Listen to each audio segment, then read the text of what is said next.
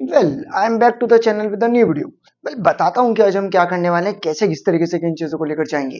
यार तुम्हें याद होगा कि इस साल क्लास 9 की नई वाली बुक से हमने सिस्टर को स्टार्ट किया है। तो लगभग अब अभी तक अगर तुम इस चैनल पर नए हो तो पहले मैं बता देता हूँ कि हम क्या क्या कर चुके हैं। इकोनॉमिक्स मतलब understanding social science chapter number 1। इसके अलावा अगर मैं बातचीत करता हूँ एक सिविक्स में अंडरस्टैंडिंग डेमोक्रेसी, प्ले लिस्ट है, जाओ चेकआउट करो, वहां तुम्हें कंप्लीट इन्फॉर्मेशन मिलेगा। ये बिल्कुल एक नई एक फ्रेश वीडियो रहेगी जहां पर कि मैं आपको चैप्टर नंबर 2 कराऊंगा। वेल पहले बुक के बारे में कुछ चीजें जानो और समझो। देखो जो इस साल क्लास 9 का नया सोशल साइंस का करिकुलम है, जो नई सोशल साइंस की बुक है, वो दो पार्ट्स में डिवाइडेड है, पार्ट ए पार्ट बी।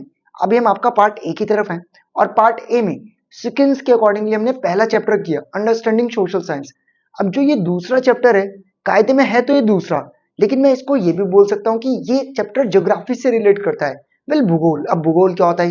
यार मुझे एक बात बताओ, क्या तुम्हारे माइंड में सवाल बनते हैं कैसे कि जो दुनिया का नक्शा है वो किस तरीके से फ्रेम हुआ? वेल अर्थ के अंदर क्या क्या कोर्स होते हैं, रोटेशन क्या होता है, रिवोल्यूशन क्या होता है, मतलब कुछ बहुत सारी बेसिक चीजें जो कि हम कवर करेंगे। तो वेल ये चैप्टर आपका एक तरीके से डायरेक्टली इनडायरेक्टली ज्योग्राफी से रिलेट करेगा। क्लियर? चलो तो मैं बताना स्टार्ट करता हूँ, तुम सुनना स्टार्ट करो। पहले एक बेसिक इंट्रोडक्शन देता हूँ, बताता हूँ कि इस चैप्टर में हम किन किन चीजों को पढ़ेंगे। बेसिक एक इंट्रो रहेगा। वेल मैं तुम्हें बताऊंगा कि लैंडफॉर्म्स क्या होता है। वेल मैं तुम्हें बताऊंगा कि जिस धरती पर तुम रहते हो, वेल वो फॉर्म कैसे हुई, कन्वेक्शनल करंट्स क्या होते हैं, लैंडस्लाइड्स क्या होता है। वेल इसके अलावा तुम रीड कर सकते हो tectonic plates, interior of the earth, weathering, erosion, gradation, sorry हाँ सही, gradation, river waves, currents, winds, glaciers, GLOF, multiple चीजें जो कि गो थ्रू करेंगे। वेल एक एक करके बताना स्टार्ट करता हूँ। चलो तो करते हैं स्टार्ट, बहुत बेसिक के साथ स्टार्ट करेंगे। यार ये चैप्टर ज्योग्राफी का तुम्हारे लिए मोस्ट इंपॉर्टेंट रहेगा। क्यों? तुम्हारा बेस बिल्ड करेगा, तुम्हें कुछ बेसिक्स बताएगा। वेल वो बेसिक्स जो इन फ्यूचर तुम्हारे काफी काम आने वाले हैं। यार मुझे एक बात बताओ, वेल जब तुम वर्ल्ड को देखते हो क्या तुम्हें वर्ल्ड का मैप कुछ इस तरीके से दिखता है? ऑब्वियस है, ये अपना भारत है ना। चलो तो ये इंडिया, ये यूरोप, ये ऑस्ट्रेलिया, ये अफ्रीका। लेकिन अगर मैं तुमसे कहूं कि एक्चुअली में वर्ल्ड की मैप में कुछ इस तरीके से क्रैक्स हैं, और तुम कहोगे कि क्रैक्स क्या होते हैं ना, चलो तो बेसिक करके समझते हैं। आओ कुछ बेसिक चीजों को समझें। यार बहुत ध्यान से देखना, बहुत बेसिक बहुत आराम से बताऊंगा।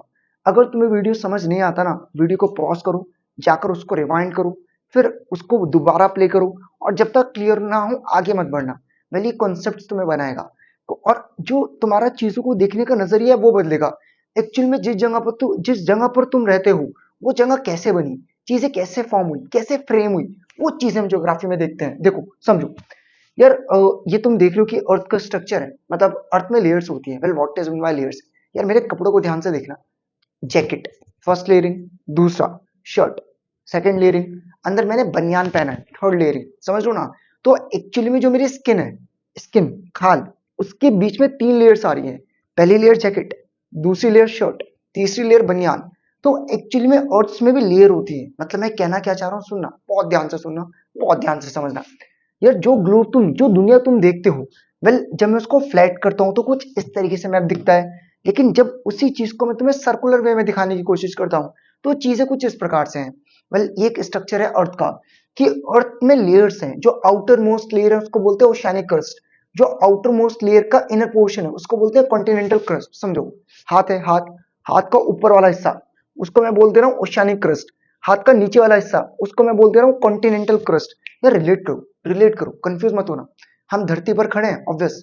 आप अपने बेड से, बिस्तर से उठो या टेबल चेयर पर बैठकर पढ़े हो तो खड़े हो फर्श पे, तो जो तुम खड़े हो, जिस फर्श पर तुम खड़े हो एक्चुअल में वो अर्थ का कौन सा क्रस्ट है? Oceanic crust. समझ गए? याद नहीं करना है, समझ लेना, ताकि जब मैं कुछ टेक्निकल वर्ड्स का यूज करूं तो तुम्हें पता रहे। एग्जाम्पल के तौर पर जब मैं H2O बोलता हूँ तुम्हें पता है मैं वाटर की बातचीत कर रहा हूँ। जब मैं O2 बोलता हूँ तुम्हें पता है कि मैं ऑक्सीजन की बातचीत कर रहा हूँ। वेल जानते हो ना, साइंस में कुछ टेक्निकल वर्ड्स होते हैं, तो बस वही मैं बातचीत कर रहा हूँ। तो ग्लोब, ग्लोब में मतलब अर्थ, अर्थ में सबसे ऊपर की सतह को जिस पर तुम खड़े हो, जिस पर लिविंग बींग सर्वाइव करते हैं, जिस पर बीइंग अ ह्यूमन सब चलते हैं, उसको बोलते हैं ओशियानिक क्रस्ट। उससे नीचे वाला जो हिस्सा होता है उसको बोलते हैं कॉन्टिनेंटल क्रस्ट। समझ गए? तो रिलेट करो, जैकेट, जैकेट का ऊपर वाला हिस्सा ओशियानिक क्रस्ट, जैकेट का अंदर वाला हिस्सा कॉन्टिनेंटल क्रस्ट। ये अर्थ का आउटर मोस्ट लेयर है। क्लियर? वेल इसके अंदर जो मेरी शर्ट है उसको समझो क्या कहा जाता है? लिथोस्फेयर। क्या कहा जाता है? लिथोस्फेयर। क्या कहा जाता है? लिथोस्फेयर। पहले बनियान नहीं दिखा सकता, पेट काफी पतला है। चलो तो रिलेट कर लो, एक बटन तो बोल ही सकते हो यार, इतनी तो बॉडी बनाई है। चलो, तो वेल उसके अंदर वाली जो तुम लेयरिंग देख रहे हो, जो बनियान जिसका मैं जिक्र कर रहा हूँ, वो है एस्ट्रोस्फेयर, समझ लो। तो वेल लेयरिंग समझ पा रहे हो क्या है? तो अर्थ के स्ट्रक्चर में आउटर मोस्ट लेयर, फिर इनर मोस्ट लेयर, फिर उससे इनर मोस्ट लेयर, फिर उससे ज्यादा इनर मोस्ट लेयर। अब ध्यान से देखना भाई, इनर मोस्ट लेयर में आपका आता है मेंटल। मेंटल को हम दो पार्ट्स में बाइफरकेट करते हैं, अपर मेंटल, लोअर मेंटल। और फाइनली अंदर होता है कोर। कोर भी दो पार्ट्स में होता है, आउटर कोर और इनर कोर। तो समझ गए? Well layering of earth structure तो इस तरीके से रहता है। अब अगर मैं जिक्र करता हूं ना क्या, आउटर मोस्ट क्रस्ट, तो तुम समझते हो। वेल मैं जिक्र करता हूं ना लिथोस्फीयर, तो तुम समझते हो। मैं जिक्र करता हूं उससे अंदर के लिए एस्थोस्फीयर, तुम समझते हो। मैं जिक्र करता हूं मेंटल के दो पार्ट्स, तुम समझते हो। वेल मैं जिक्र करता हूं कोर, अब तुम समझते हो। तो पहले तो तुमने कुछ बेसिक को समझा कि अर्थ में कुछ स्ट्रक्चर्स हैं, वो स्ट्रक्चर्स या लेयर्स को क्या कहा जाता है। अब एक चीज और समझो, एक चीज और समझो यार, अर्थ में मैं जितना इन डेप्थ जाऊंगा, अर्थ की लेयर्स को जितना इन डेप्थ जाकर मैं समझूंगा, तो ध्यान से सुनना कि तुम जितना अर्थ में इन डेप्थ डिग, इतना जितना तुम खोदोगे, तो उतना ही जितना तुम अर्थ के इन डेप्थ जाओगे, अल्टीमेटली एनर्जी इंक्रीज होगी। और एनर्जी किस फॉर्म में स्टोर होगी? हीट के फॉर्म में। तो जब तुम अर्थ के स्ट्रक्चर में इनर कोर की तरफ मूव करोगे, तो अल्टीमेटली एक चीज को ध्यान से देखना कि अर्थ बहुत ज्यादा प्रोग्रेसिवली हॉट होगी। हॉट, देखो कहा जाता है कि अर्थ में अगर मैं 32 मीटर नीचे जाता हूं तो टेम्परेचर 1 डिग्री से इंक्रीज होता है। इसको कुछ इस तरीके से रिलेट करो, वेल समझाने की कोशिश करता हूँ। यार मुझे एक बात बताओ, अगर मैं पहाड़ों पर जा रहा हूँ, नीचे से ऊपर ऊपर ऊपर ऊपर, तो क्या टेम्परेचर माइनस में जाएगा? ऑब्वियस है कि आप पहाड़ की जितना ऊंचाई पर जाएंगे टेम्परेचर उतना कम होगा। इसी तरीके से अर्थ में तुम नीचे जितना जाओगे, अर्थ में अगर तुम 32 मीटर डिग करते हो, तो वहां पर 32 मीटर नीचे जाकर टेम्परेचर कितना डिग्री इंक्रीज हो जाता है? 1 डिग्री सेल्सियस, समझ गए? तो जितना आप इनसाइड द अर्थ जाएंगे, टेम्परेचर उतना ज्यादा होगा और अल्टीमेटली चीजें मोल्टन फॉर्म में होगी। यार हर चीज का एक मेल्टिंग पॉइंट होता है। वेल रिलेट करो, बर्फ पिघलती है ऑब्वियस, क्या आयरन पिघलता है? ऑब्वियस। तो इनसाइड द अर्थ कोर जो पत्थर है, पत्थर समझ गए? वेल सीमेंट, सीमेंट मतलब एक्चुअल में सीमेंट तो एक मिनरल है। कहने की कोशिश कर रहा हूँ, जो मिट्टी, रेता, बजरी तुम देखते हो, या जो भी तुम अर्थ के मेटामॉर्फिक इग्नियस रॉक्स देखते हो, a type of variety of rocks होता है। तो आप जितना अर्थ के इंटीरियर जाएंगे, क्योंकि अर्थ के अंदर एनर्जी ज्यादा है, वो एनर्जी हीट की फॉर्म में स्टोर है। और इनसाइड द अर्थ टेम्परेचर इतना ज्यादा होता है कि जो चीजें होती हैं वो सॉलिड फॉर्म में होकर मोल्टन, पिघली हुई होती हैं। तो वेल तुम रिलेट कर पा रहे हो कि अर्थ के इनसाइड कोर जितने भी मटेरियल्स या मिनरल्स हैं, वो सब पिघले हुए हैं।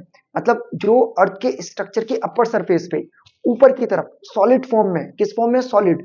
वही चीज अर्थ के इनर स्ट्रक्चर में टेम्परेचर ज्यादा होने के कारण मोल्टन मतलब पिघले हुए फॉर्म में है। तो तुमने ये समझा कि जब मैं अर्थ की बातचीत करता हूँ ना, किसकी बातचीत करता हूँ? अर्थ। तो तुमने एक चीज को रिलेट किया कि जब मैं अर्थ की बातचीत यहाँ पर कर रहा हूँ, तो वेल अर्थ का आउटर मोस्ट स्ट्रक्चर के अंदर इनर मोस्ट स्ट्रक्चर जो कोर है, फिर बहुत ज्यादा गर्म है। और गर्म होने के कारण सारी चीजें मोल्टन फॉर्म में है। तो देखो तुमने एक चीज को कंक्लूड करना, एक चीज को कंक्लूड करना। पता है मैं क्या बोलना चाह रहा हूँ? मैं बोलना चाह रहा हूँ एक्चुअली में ना, जो क्रस्ट है, जो क्रस्ट जिस सतह पे तुम रहते हो, उसके अंदर सब कुछ मोल्टन फॉर्म में है, पिघला हुआ। तो एक तरीके से क्रस्ट फ्लोट कर रही है, फ्लोट। आओ प्रूफ देता हूँ। अब यार ये वीडियो बहुत ध्यान से देखना। तो अगर तुम इस वीडियो को बहुत ध्यान से देखते हो, ये क्या है? शिप। और यहाँ तुम देख रहे हो कि पर्टिकुलरली क्या है? वाटर। तो मुझे एक बात बताओ कि क्या जो वाटर है, क्योंकि वो लिक्विड फॉर्म में स्टेबल तो नहीं है, तो टर्बुलेंस है, समझ लो ना, शिप में टर्बुलेंस। देख लो स्टेबल नहीं चल रही, ऐसे उछलती हुई चल रही है, उसको मैं बोल रहा हूँ। वेल इसी तरीके से समझो, अर्थ के ऊपर की क्रस्ट के नीचे है मैग्मा। मैग्मा है मोल्टन फॉर्म में, और क्योंकि मैग्मा मोल्टन फॉर्म में है, पिघला हुआ है, तो अर्थ की क्रस्ट फ्लोट कर रही है। देख लो चुका देने वाला तथ्य कि अर्थ की जो क्रस्ट है वो फ्लोट कर रही है। समझ लो, मतलब एक्चुअल में हम फ्लोट कर रहे हैं। अगर मैं अर्थ की क्रस्ट के ऊपर खड़ा हूं, खड़े होकर देखो कि जिस अर्थ की क्रस्ट के ऊपर मैं खड़ा हूं, उसके नीचे एक्चुअल में मैग्मा है जो पिघला हुआ है। वोल्केनो सुना होगा तुमने, रिलेट किया होगा। तो अर्थ की क्रस्ट उसमें फ्लोट कर रही है। और क्या अर्थक्वेक्स आते हैं, हलचल होती है?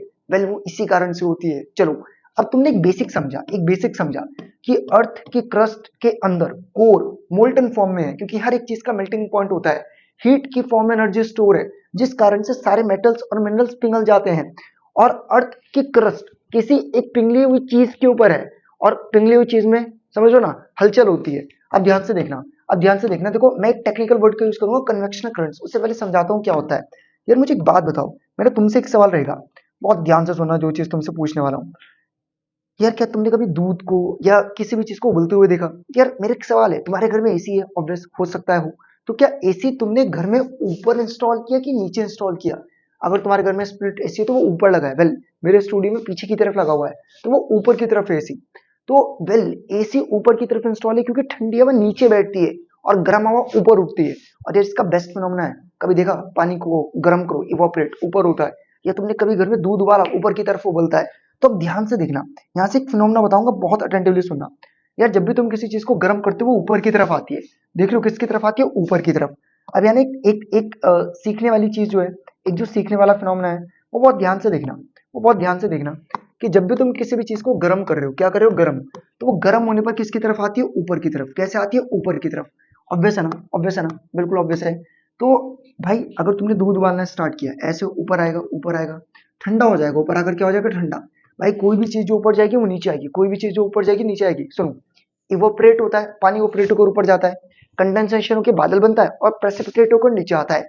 तो कोई भी चीज जो ऊपर जाती है वो नीचे भी आती है। तो यार ऑब्वियस है, बहुत ध्यान से देखना, बहुत ध्यान से। यार इस कमरे में लाइट है, तो लाइट सबसे ज्यादा सेंटर पे है कि किनारों पर? ऑब्वियस, तुम तो नहीं देख सकते, मैं देख सकता हूँ। तो लाइट का फोकस मुझ पर है, लाइट सेंटर में ज्यादा है, ना कि किनारों पर ज्यादा है। तो वही चीज मैं तुम्हें बता रहा हूँ कि जब भी तुम किसी चीज को गर्म करते हो, क्या करते हो? गर्म। क्या करते हो? गर्म। तो जब भी कोई चीज गर्म होती है वो ऊपर की तरफ उठती है। अब नीचे ज्यादा गर्मी होगी, ऊपर कम गर्मी होगी, ऑब्वियस है। भाई अगर तुम दूध का पतीला गर्म कर रहे हो ना, तो दूध में कभी हाथ डालना डालना मत, समझाने के लिए कह रहा हूँ। तो गर्म पानी का जो पतीला है बीच से, वो ज्यादा गर्म होगा एज कम्पेयर टू आसपास की चीजें। तो जब भी कोई चीज गर्म होती है ऊपर की तरफ उठती है, उठकर साइड में क्या कर जाती है? सबसाइड। क्या कर जाती है? सबसाइड। और वापस ठंडी होकर नीचे चली जाती है, फिर गर्म होकर ये फिनोमेना कंटिन्यूटी में चलता है। तो देख रहे हो सर्कुलर वे में कैसा फिनोमेना चल रहा है? गर्म होकर ऊपर, फिर ऊपर होकर साइड में सबसाइड कर जाएगी, फिर ठंडी होकर नीचे, और एक कंटिन्यूस फ्लो में फिनोमेना चलता रहेगा, चलता रहेगा, चलता रहेगा। अब मुझे एक बात बताओ, तुम इस फिनोमेना से रियलिटी में एग्री कर रहे हो कि एक्चुअल में ऐसा होता है कि जब भी कोई चीज गर्म होती है ऊपर की तरफ आती है, साइड में सबसाइड करती है और नीचे हो जाती है? अब ध्यान से देखना, अब ध्यान से देखना जरा, इस पानी को, इस पानी के पतीले के और बर्तन को हम अपने अर्थ के स्ट्रक्चर से रिलेट करते हैं, ताकि तुम बेहतर तरीके से समझ सको। देखो, अभी मैंने तुम्हें बताया कि अर्थ के ऊपर की सतह है क्रस्ट। क्या है? क्रस्ट। क्रस्ट के नीचे क्योंकि टेम्परेचर ज्यादा है तो सब कुछ पिघला हुआ है, वेल मैग्मा मोल्टन फॉर्म में है। अब वो जो भी चीज तुम्हारी पिघली हुई है, मोल्टन फॉर्म में है, तो क्या गर्म चीज की क्वालिटी होती है ऊपर की तरफ आती है? तो ये मैग्मा, मैं ब्लैक कलर का यूज कर रहा हूँ ताकि तुमको विजिबल हो। जो मैग्मा गर्म होगा ऊपर की तरफ आएगा, कैसा आएगा? ऊपर। और ये मैग्मा ऊपर की तरफ आने के बाद साइड साइड में क्या कर जाएगा? सब साइड। समझ गए? मैग्मा गर्म हुआ, और ये मैग्मा गर्म होकर ऊपर की तरफ आता है। किसकी तरफ आता है? ऊपर। और ये मैग्मा गर्म होकर ऊपर की तरफ आने के बाद साइड में क्या कर जाता है? सब साइड। क्या कर जाता है? और फाइनली ठंडा होकर क्या हो जाता है? नीचे। क्या हो जाता है? इसी को टेक्निकली बोलते हैं कन्वेक्शनल करंट्स। क्या बोलते हैं? Convectional currents. यार हर एक फील्ड के ना कुछ टेक्निकल वर्ड्स होते हैं, इनको कंफ्यूज मत होना। यार मैं व्यापार स्टार्ट करता हूँ, बिजनेस, और मैं उसमें अपनी खुद की सेविंग्स का यूज करता हूँ, मतलब खुद का पैसा मैं उस व्यापार में लगा देता हूँ। तो इसको टेक्निकली बोलते हैं बूट स्टेपिंग। क्योंकि मैं कॉमर्स का स्टूडेंट हूँ और एक्चुअली में मैं कॉमर्स का टीचर भी हूँ, तो मुझे टेक्निकल टर्म्स पता है। तो देख रहे हो कितना सिंपल है कि जो पैसा मैंने बिजनेस में लगाया उसको क्या बोलते हैं हम? अपना खुद का पैसा अगर मैं बिजनेस में लगा रहा हूँ, सेविंग्स में से लगा दे रहा हूँ, टेक्निकली उसको बूट स्टेपिंग कहा जाता है। तो देखने और सुनने में तो बहुत खतरनाक शब्द लग रहा है, मतलब कितना सिंपल है कि अपने घर की सेविंग्स को बिजनेस में इन्वेस्ट कर दिया। तो वही चीज यहाँ पर है, जब कोई भी चीज गर्म होती है ऊपर की तरफ आती है, ऊपर की तरफ। और इसी को टेक्निकली क्या बोलते हैं? Convectional currents. क्या बोलते हैं? Convectional currents. तो अब मैं अगर तुमसे कहूं कि अर्थ की है क्रस्ट, अर्थ की है क्रस्ट, और क्रस्ट के नीचे है मैग्मा, और वेल मैग्मा गर्म है, मैग्मा क्या है? गर्म। और वो गर्म मैग्मा ऊपर की तरफ आता है, ऊपर की तरफ, और ऊपर की तरफ आने के बाद साइड में क्या कर जाता है? सब साइड। क्या कर जाता है? और इस ऊपर आते हुए मैग्मा को हम क्या बोलते हैं? Convectional currents. क्या बोलते हैं? तो वेल तुम मेरी बात से एग्री करोगे कि हाँ ऐसा होता है। तो अब ध्यान से देखना, मुझे एक बात बताओ, इस फिनोमेना को कंटिन्यूअसली देखो कि जब मैग्मा कन्वेक्शन करंट्स ऊपर की तरफ आते हैं, तो एक कन्वेक्शन करंट इधर जा रहा है, एक कन्वेक्शन करंट इधर जा रहा है। तो मेरा एक सवाल है यार, कि मेरे हाथ में ना एक शीट है, एक शीट है, वेल ये टेस्ट शीट है, इसको मैं फाड़ नहीं सकता। अगर मैं टेस्ट शीट को आधा इधर से खींच रहा हूँ, आधा इधर से खींच रहा हूँ, तो क्या ये टेस्ट शीट बीच से फट सकती है? ऑब्वियसली फटेगी, ऑब्वियसली फटेगी।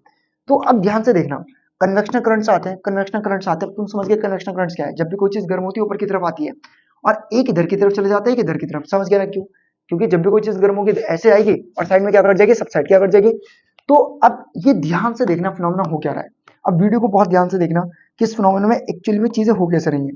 कि भैया कोई भी चीज गर्म होती है ऊपर की तरफ आती है, ऊपर की तरफ आकर साइड में सबसाइड कर जाती है। इस ऊपर की तरफ आती हुई फोर्स को हम टेक्निकली ज्योग्राफी में बोलते हैं कन्वेक्शनल करंट्स, अर्थ की क्रस्ट, क्रस्ट के नीचे भी मैग्मा है, मैग्मा गर्म होकर ऊपर की तरफ आता है, देख लो ऊपर की तरफ आ रहा है, दोबारा देखना है इस फिनोमेना को कि मैग्मा जो है गर्म होकर ऊपर की तरफ आएगा और ऊपर की तरफ आने के बाद मैग्मा, देखो ध्यान से देखना, एक इधर खींच रहा है एक इधर, तो क्या बीच में इसके चलते क्रैक्स आ रहे हैं, क्रैक्स आ रहे हैं, आ रहे हैं, आ रहे हैं, आ रहे हैं, तो इसका मतलब बहुत ध्यान से देखो। तो अब मैं तुम्हें दिखाऊंगा कि एक्चुअल में जो तुम वर्ल्ड का मैप कुछ ऐसा देखते हो नेक्ड आइज अपनी आंखों से, लेकिन जब तुम उसी चीज को बहुत प्रॉपर सैटेलाइट के थ्रू देखोगे ना, तो एक्चुअल में अर्थ की क्रस्ट, क्रस्ट मतलब सतह, अर्थ की क्रस्ट में क्रैक्स हैं।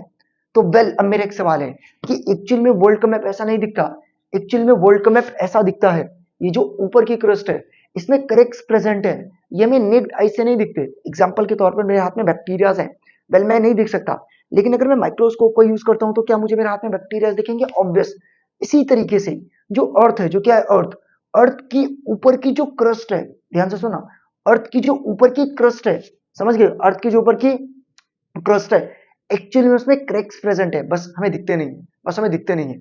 और वो क्रैक्स का रीजन क्या है? कन्वेक्शनल करंट, समझ गए, कन्वेक्शनल करंट्स ऐसे आते हैं एक तरफ इधर और एक तरफ इधर, तो जब वो इधर एक फोर्स और इधर एक फोर्स लगती है तो बीच में अल्टीमेटली क्या आ जाते हैं? क्रैक्स। क्या आ जाते हैं? क्रैक्स। तो एक्चुअल में अर्थ की क्रस्ट में कुछ इस तरीके से क्रैक्स प्रेजेंट है, और इन्हीं को हम क्या बोलते हैं कि ये क्रैक्स क्यों आए? कन्वेक्शनल करंट्स के चलते। अब तुम्हें बहुत बेसिक क्लियर हुआ होगा कि क्या कैसे स्ट्रक्चर है ना, है ना? नहीं हुआ तो रोको वीडियो, पॉज करो, दोबारा से रिवाइंड करो और पूरा प्रॉपर फिनोमेना दोबारा देखो और समझो। तो अब बहुत ध्यान से देखते चलना। तो अब देखो ये क्रैक आ रहा है, पूरा का पूरा क्रैक देखना, ये पूरा का पूरा देख लो, ये पूरा का पूरा क्या आ रहा है? क्रैक।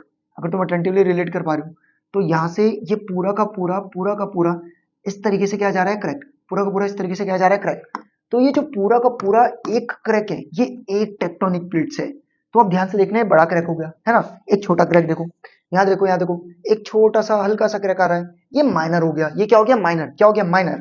तो आपने अर्थ की क्रस्ट को डिवाइड कर दिया, तो जो बड़ी क्रैक्स हैं उन्हें आपने बोल दिया major tectonic plates, major tectonic, समझ गए, अर्थ की ऊपरी सतह को टेक्टोनिक प्लेट बोल रहे हैं, और जो छोटे छोटे क्रैक्स हैं उनको आपने क्या बोल दिया? माइनर। चलो, तो वेल अब हमने ज्योग्राफी को स्टार्ट करना स्टार्ट किया।